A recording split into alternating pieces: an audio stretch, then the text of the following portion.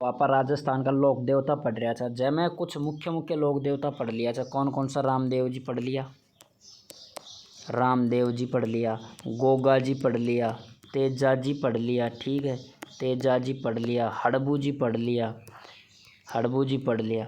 और बात करा देव नारायण जी पढ़ लिया, देव नारायण जी भी पढ़ लिया पा, ठीक है, और पाबू जी भी पढ़ लिया। तो मुख्य मुख्य लोक देवता तो पढ़ लिया, कुछ एक बचे अच्छी जो और पढ़ लिया था। एक दो वीडियो में सारा लोक देवता ख़त्म हो जाएगा, ठीक है। उससे पहले आप राजस्थान का त्यौहार के बारे में पढ़ था, ठीक है। तो आज देख लिया कुछ एक देवता ही, ठीक है। तो इनके बारे में बात कर लेते हैं। सबसे पहले देखो मेहा जी मांगलिया, पाबू हड़बू रामदेव मांगलिया मेहा, तो ये वही मेहा जी है, ठीक है। तो इनके बारे में बात कर लेते हैं। देखो मंदिर है बापीणी जोधपुर में है ये। मेला कृष्णा जन्माष्टमी, कृष्ण जन्माष्टमी को। और कृष्ण जन्माष्टमी आपको पता है कब होता है? भाद्रपद की कृष्ण अष्टमी को, ठीक है। याद रखना शुक्ल अष्टमी को तो राधा अष्टमी होती है, लेकिन भाद्रपद की कृष्ण अष्टमी को कृष्ण जन्माष्टमी होती है।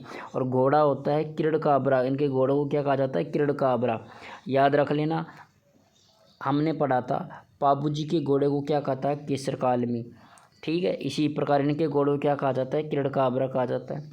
राव चुंडा के समकालीन थे, ये भी याद रख लेना कि मेहा जी किन के समकालीन थे? राव चुंडा के समकालीन थे। और बात कर लेते हैं क्या कि जैसलमेर के राणादेव भाटी से युद्ध करते हुए शहीद हो गए, तो ये भी याद रख लेना। कौन से भाटी से? तो राणादेव भाटी से युद्ध करते हुए शहीद हुए थे। और इनके भोपों की वंश की वृद्धि नहीं होती, तो ये इम्पोर्टेंट है। ऐसा कौन सा लोक देवता है जिनकी पूजा करने वाले भोपों की वंश की वृद्धि नहीं होती? तो कौन सा है? मेहा जी, ठीक है। तो ये काफ़ी इम्पोर्टेंट है, तो ये याद रख लेना, ओके। अब अगला लोक देवता के बारे में पढ़ लेते हैं।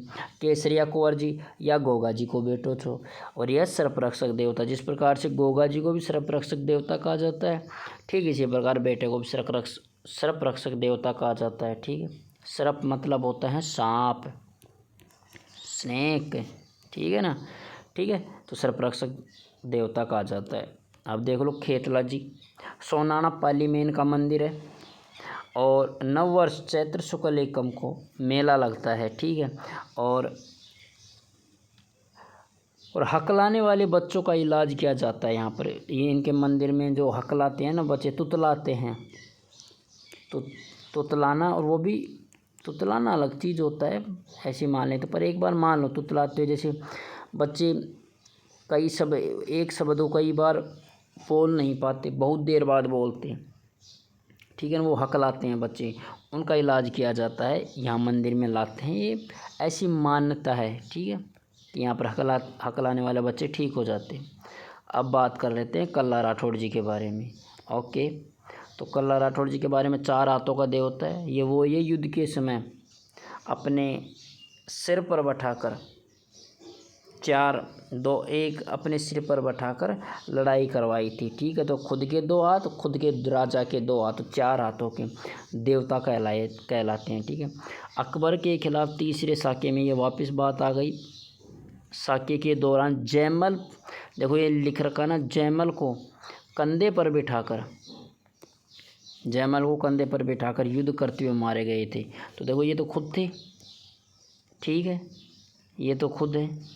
और कंधे पर जयमल को और बैठा लिया यहाँ पर। और इनके तो ये कितने हाथ हो गए? देखो गिनो, 1 2 3 और 4। तो ऐसे 4 हाथों का देवता ही कंधे पर बैठाकर जयमल को इस प्रकार से लड़ाई कर रहे थे, जैसे साक्षात 4 हाथों का देवता युद्ध कर रहा हो। किनके खिलाफ? अकबर के खिलाफ। कौन से साके में? तीसरे साके में, ठीक है। अब और बात कर लेते हैं नए लोक देवता के बारे में। हरे राम जी, मेला जोरडा नागौर में भरता है, याद रख लेना। वो मंदिर है जोरडा नागौर में, सॉरी। और मेला भाद्र शुक्ल पंचमी को भरता है, ठीक है, भाद्र शुक्ल पंचमी को। सर्परक्षक देवता कहा जाता है। अभी जिस प्रकार से केसरिया कुंवर जी को, गोगा जी को कहा जाता है, ठीक इसी प्रकार से हरे राम जी को भी। हीरामल बाबा हैं, मान लीजिए हीरामल बाबा के ले जाओ ना, जब सांप काट ले तो के बाद में हीरामल बाबा के लेके जाओ, चापा बोला था हीरामल जी, ठीक है ना। तो वही हीरामल जी है, ठीक है। तो हरे राम जी सर्परक्षक देवता हैं। सर्प के बिल की पूजा की जाती है, तो ये याद रख लेना। किनकी पूजा की जाती है? सर्प के बिल की पूजा की जाती है। ओके, तो याद रखें हरे राम मतलब ई रामल सर्परक्षक लोक देवता है। बस मेला भाद्रपद शुक्ल पंचमी को बढ़ता है। मंदिर जोड़ा नागौर में है। ओके, अब अगली बात कर लेते हैं बीगा जी। रीठी बीकानेर में इनका मंदिर है। रीठी बीकानेर में इनका मंदिर है। गायों की रक्षा करते हुए शहीद हो गए थे। जाखड़ समाज के कुल देवता है। तो इसमें इम्पोर्टेंट बात यही है कि बीगा जी किनके कुल देवता हैं? तो जाखड़ समाज के। ठीक है, तो जाखड़ समाज के कुल देवता कौन है? बीगा जी है। ओके, तो ये याद रख लेना, ये इम्पोर्टेंट है इसमें, वरना गायों की रक्षा करते हुए तो अपने बाबूजी भी शहीद हुए थे। ठीक है, अब बात कर लेते हैं और देवता के बारे में। देव बाबा नंगला जाज भरतपुर में इनका मंदिर है, ये याद रख लेना। नंगला जाज भरतपुर में क्या है? इनका मंदिर है। साल में 2 बार मेला भरता है, भाद्र शुक्ल पंचमी को। अब भी देखा था हमने, भाद्र शुक्ल पंचमी को किनका मेला भरता है? इनका हीरामल जी का, हरिराम जी का भाद्रपद शुक्ल पंचमी को। और देव बाबा का भी भाद्रपद शुक्ल पंचमी को भरता है। एक है चैत्र शुक्ल पंचमी को। ठीक है, साल में 2 बार देव बाबा के मेले लगते हैं। पशु चिकित्सक कहा जाता है, पशुओं की देखरेख करते थे। पशुओं की कुछ बीमारी हो जाती थी तो उनको ठीक कर देते थे, तो देव बाबा को पशु चिकित्सक कहा जाता था। 7 ग्वालों को भोजन करने से ये राजी हो जाते हैं। मान लो आपसे नाराज़ हो गए, आपको लगता है कि बुरा वक्त चल रहा है और देव बाबा नाराज़ है, तो उनको राजी करने के लिए मात्र आपको 7 ग्वालों को भोजन कराना है।